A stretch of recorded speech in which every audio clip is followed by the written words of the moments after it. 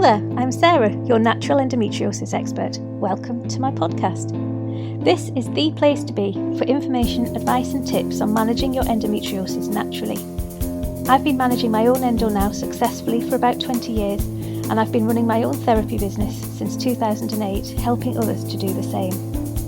If you're curious to cut through all the noise and rubbish that's out there and learn the key to managing endometriosis with minimal reliance on drugs and surgery, then this is the only podcast you'll need. Let's get started.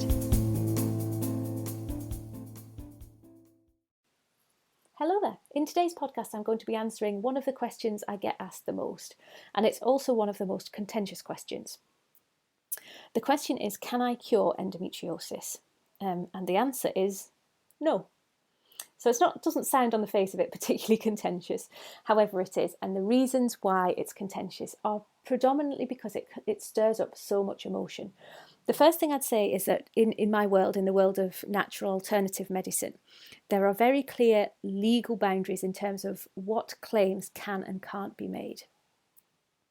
Yet that doesn't stop a lot of practitioners going out and making unethical, unlawful, downright damaging claims about what they can achieve with the techniques they are using.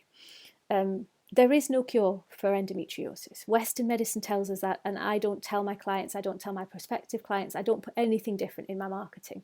We cannot cure endometriosis at the moment. And I say at the moment because I do believe that there will come a time where we can cure it, but as yet there is no cure. And like I say, that's a message that I agree with. I factually agree. I cannot cure endometriosis. Your surgeon cannot cure endometriosis. There is no cure for endometriosis. However, where it gets contentious is my belief that the rhetoric behind and the way that message is delivered is so damaging to people who are struggling with endometriosis. So many people I speak to, and I don't have numbers, but please don't underestimate the number of people I speak to. You might even be one of those people as you're listening to this podcast, and this might be the very reason why you tuned in. A lot of people think that there is no cure is the same as saying there is no relief. I speak to so many women who've been diagnosed with endo, but their endo, although it's impacting on their life, doesn't warrant surgery. And there are some surgeons out there who will carry out surgery when it isn't needed, and I think that's just as bad as people like me who go out and say they can cure endo and anything else that they say they can cure. But for the most part, well, I presume for the most part, certainly in my experience, for the most part, surgeons won't carry out surgery on endometriosis that they don't feel doesn't warrant surgery. For a lot of the people in that position, and I've had this said to me on numerous occasions, those people feel as though the only option they have is to wait until their endometriosis develops to a point where they need surgery. Then they will go for surgery and then they will feel better. Because Western medicine tells us that no, there is no cure, but the best option you have is surgery. Now, granted, the best option for a lot of people is surgery. If your endometriosis has developed, and possibly developed is the wrong word because it's not a progressive illness necessarily. In that case, it doesn't progress for everybody. But if your endometriosis is at a stage where you need surgery, then wholeheartedly recommend surgery to diminish the endometriosis to a point where it will not impact your life if you are at a stage where you need surgery. To do that in a natural way may be impossible. If it's possible, it may take years. So for somebody in that position, surgery is absolutely the right thing to do. If you've been told by your surgeon that your endometriosis isn't significant enough to warrant surgery, this is where the contention comes in, because this is where I step in and say, right, okay, you have options. You can wait until your endo gets so bad you then qualify for surgery. Or there's other things you can do. And this is what we're not told through Western medicine. And this is where the surgeons keeping on saying, and the gynecologists and everybody saying there is no cure for endo, surgery is the best option. People want to wait for surgery. my argument is, why wait for surgery? I can't cure endometriosis, but surgery doesn't cure endometriosis either. You're told, hopefully you're told by your surgeon, that the chances are at some point your endometriosis will return. That's because surgery isn't getting to the root cause of endometriosis. All it's doing is managing the symptoms in a very aggressive, in a very direct, and sometimes in an unoverturnable way. Irreversible. That's the word I was looking for. Sometimes in an irreversible way. But all it's doing is the same as what I'm doing. It's managing your symptoms, because there is no cure for endo. So if surgery doesn't cure endometriosis, why aren't we given other options that may work just as effectively as surgery? Now, like I say, surgery is the only option for some people. Surgery is the best option for somebody, but it's not necessarily the best option, and it certainly isn't the only option for everybody. There are things, the way that I work with the whole body. So I work with the triggers for endometriosis. I work to try and get to the root cause of endometriosis. If you tackle the triggers and the causes, then the likelihood of your endometriosis flaring up in the future is massively reduced. And I use anxiety as an example for this all the time. But if you know that anxiety is a trigger for your endometriosis, if you know that diet is a trigger for your endometriosis, if you know that certain exercise will trigger your endometriosis, then if you rid your life of the anxiety, of the stress, of the particular food stuff, of the exercise that you're doing, if you shift your life to avoid those things or find alternatives for those things, then your endo won't flare up. And that's an oversimplified version. It isn't quite that simple. We have silent endometriosis. We have the endometriosis can keep growing and building. However, the deeper you get, the deeper you treat endometriosis, then the likelihood is that you will have fewer flare-ups. The likelihood is, if you get really deep with your endo treatments, the likelihood is that the flare-ups will stop.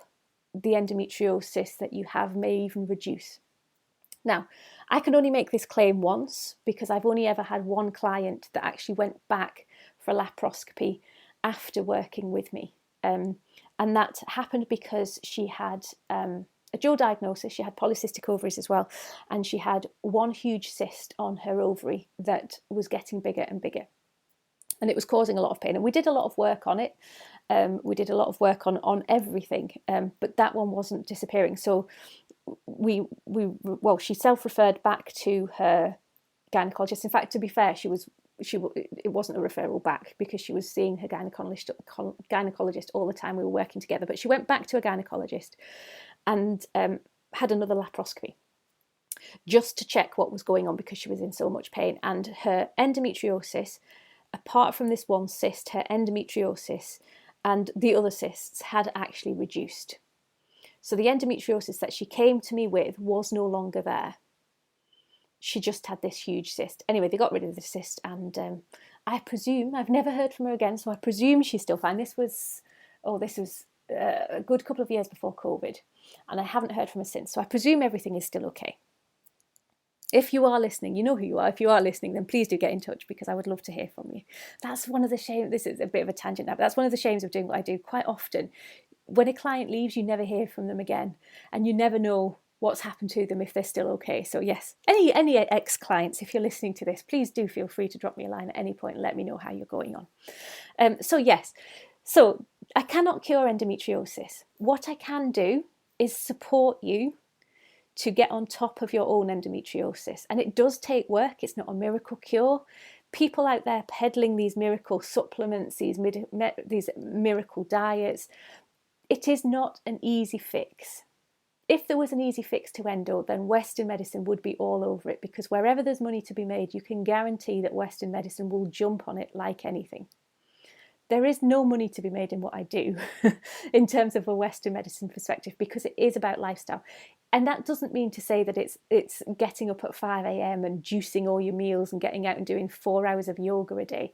It's nothing that convoluted. It's literally understanding your endometriosis and just making small changes. Once your endometriosis is under control, some of those changes you don't even really need to make anymore. So for example, wheat used to be a huge trigger for my endo. Used to be a massive, massive trigger. It's not so bad anymore. I can't say it doesn't flare up every now and again. I mean, my endo doesn't flare up with wheat, but I can't say that it doesn't cause me digestive issues. But it's way better now. It's got to a point where now I can either eat wheat with no problem, or if I eat wheat and it does cause a bit of a problem, I know exactly how to treat myself to get myself out of that situation, rather than letting it get worse and all the gut toxins build up and it have a knock-on effect. So no, I can't cure endometriosis. No, your surgeon can't cure endometriosis either. But don't be angry at somebody who says they can help. Some people can't help as much as they say they can, or they think they can. Just be very cautious about claims that you hear from people like me, and I'm including me in this as well. If you're listening to me speaking thinking, I don't believe a word of it, that's good. Healthy skepticism is always a good thing, and I am always up for a challenge. And if you do ever speak to me in person, if you do ever book a call with me, I'm more than happy to answer any questions. What I do isn't for everybody. It does take a leap of faith, but you can feel better. Just because there's no cure for endometriosis does not mean there's no relief from endometriosis. And please don't feel, if you're stage 2, if you're stage 3, if you've been told that, yes, okay, we understand that your symptoms are impacting, but you're not eligible for surgery, please don't feel the only option you have is to wait for surgery, to wait for your endo to get to a point where you're eligible for surgery to feel better, because there are things you can do to really mitigate your symptoms, to manage your endometriosis, and in some cases, like the client I was mentioning, to reduce your endometriosis as well. Although, like I say, I can't prove that definitively. It was just the one client who went back for laparoscopy, and as we know, a laparoscopy is currently the only way of a definitive check for endometriosis. So I hope that answers the question. I answered the question in the first minute, to be fair. Can I cure endometriosis? No. Can anybody cure endometriosis? No. That's the simple answer. However, no cure for endo doesn't mean no relief for endo. You can feel better than you do today. You can manage your endometriosis. You can just manage your symptoms if you want. If you just want some pain relief, if you just want pain management, then there's plenty of natural things you can do to do that. If you want to go further and stop the pain, then you can look at the triggers and the causes that are underlying why you're getting the pain, why you're getting your endometriosis, and you can start to work on that as well. I hope that helps. If you are interested, there is my e-learning program, my self-treatment for endometriosis program, which will talk you through exactly that. It's my unique 3-stage step for overcoming endometriosis, for managing endometriosis. It will talk you through how to identify what your triggers are, how to identify what your causes are. It will teach you all of the self-treatment techniques that I've used to manage my own endometriosis in the last 20 years. The techniques that I teach my one-to-one clients are all in there as well. I will give you advice on other techniques. I will connect you with, I will give you the contact details for other therapists I use, because I don't just work in isolation. I don't have all the answers myself. There's other techniques and other therapies out there that I'm not qualified in, and other people that can help. And I will share the details of the people that I trust with my clients and myself in that program as well. There's links to contact them as well. And then it shows you how to maintain that after the sort of the treatment stage is over, because essentially, if it's textbook, and not many people are textbook, but if it's textbook, you go through the 3 steps in order. So step 1 is identifying your triggers and your causes. Step 2 is all the treatment techniques. And step 3 is then managing your reduced symptoms, because hopefully by the end of step 2, your symptoms will have massively reduced. And step 3 is all about managing that, maintaining that. And it's all about those small lifestyle adjustments that you can make, or the treatment techniques. So if you know you're heading for a flare-up, you can make a choice. You can choose whether to undergo whatever you're going to undergo and have the flare-up and treat it afterwards, or not do it in the first place and avoid the flare-up. That's what it's all about. It's all about choice. Okay, I'll stop ranting at you. If you have any questions, please do get in touch. Like I say, if you're an ex-client listening to my podcast, then please do get in touch as well and let me know how you're getting on. Thank you very much for listening. Thank you so much for tuning in today. I really hope that you found this podcast helpful. If you did, please hit follow so you can listen to more, and please also share it with anyone else who you think will benefit. And don't forget, if you're looking for women's health treatments, workshops or support within your workplace, you can find all of my services, including our monthly virtual clinic, over at www.healthywomen'shealth.com. I'll see you next time.